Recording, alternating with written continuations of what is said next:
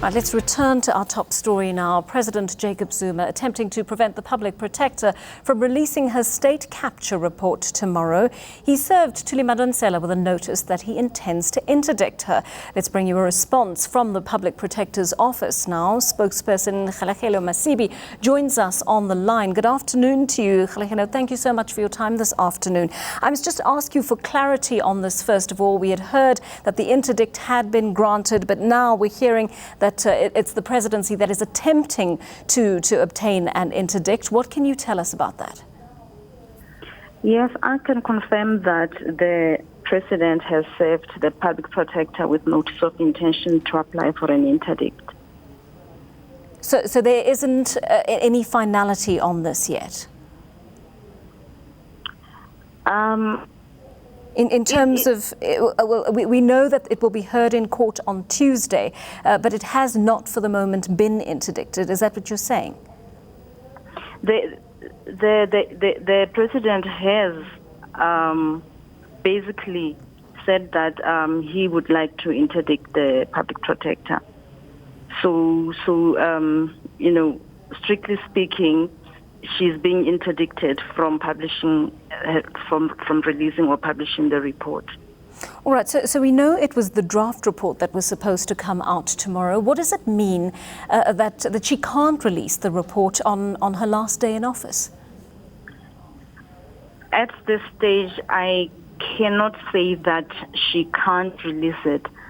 I can safely inform you that she is now consulting her lawyers, and based on the advice that she will get from them, she will decide on what to do next.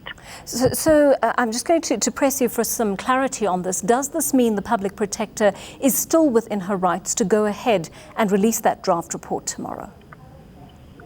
I'm not sure. That's why she is consulting. I'm not sure about the legality. All right. I want to take you back a few days to something the president had to say, the fact that he wants to exercise his rights to interview all those whom the public protector herself has interviewed as part of the state capture report. How do you respond to the fact that the president seems slightly put out that he hasn't been able to do this?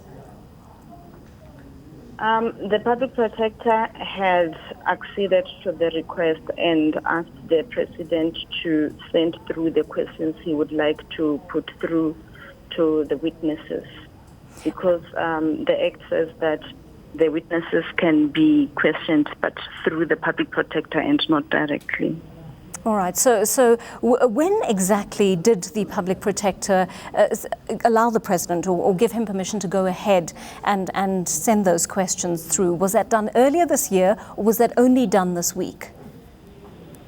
The request was made during their meeting that was held on the 6th of October. I think it was last week, Thursday. All right. And I mean, what does that mean for the process, for the final draft report? Does it mean that the current public protector will see this process through to the final report? Or does it mean that the new public protector coming into office from Monday actually takes this over? The intention of the current public protector was to issue phase 1 of the report that will contain the information that she has managed to obtain during the investigation, and the remainder of the investigation was going to be handed over to the new public protector. So ultimately it would be the new public protector, Ms. Mqwebane, who would be taking over and finally editing the final report that comes out? I'm not really sure if we should call it the final report. The current public protector was and is still working on phase 1, so that the intention was to release it, and that the other outstanding work on the investigation was going to be carried over and handed over to the incoming public protector. I have to ask you about some allegations that were made by the Gupta family lawyer just a few days ago. Ajay Gupta, having made himself available to Thuli Madonsela in order for this probe, for his testimony rather, to be included in this probe. They had a problem with the fact that the public protector had not subpoenaed any of the Gupta family members, even though they felt that they were central to this report. Is that true? And if it's true, why was that not done? There is no way that the public protector would not invite anyone who is central to the investigation or anyone who believes has information that can assist with the investigation.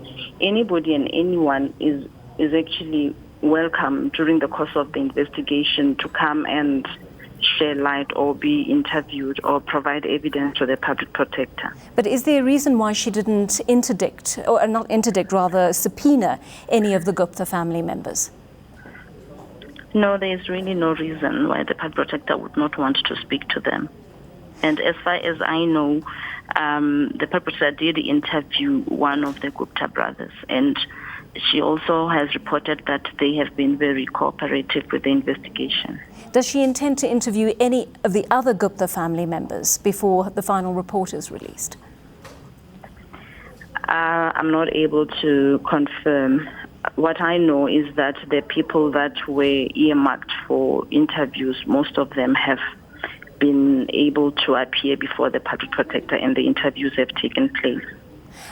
We understand with the new public protector coming in that there is some tension, that many outsiders believe that she will not live up to Thuli Madonsela's standards as a neutral, objective public protector. Is Ms. Madonsela at all worried about this, Advocate Madonsela, at all worried about this? And is this why she wants to get this report out into the public domain before the new public protector succeeds her? Her decision to issue the report has got nothing to do with the incoming public protector, and she has pledged her support, and she has also appealed to South Africans to give the new public protector the necessary support, and she has also indicated that she has confidence that she will discharge her duties as expected, and that she'll be able to conduct investigation without fear, favor, or prejudice.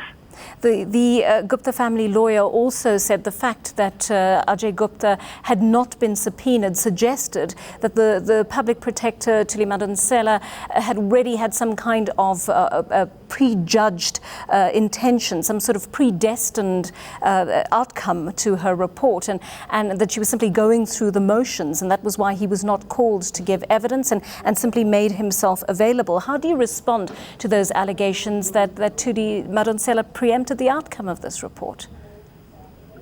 My reaction is that the report will speak for itself, because normally the public protector reports go into detail on how the investigation was conducted and what processes were followed. So anyone reading the report will be able to see how the public protector arrived at findings, what law was applied, what evidence was placed before her, and how the evidence was evaluated. So I would say I don't think it is correct to say that the findings were predetermined, but it is up to the South Africans to read the report whenever it is published, and they can judge for themselves. Thank you very much for talking to us this afternoon. Khalalelo Masibi from the Public Protector's Office.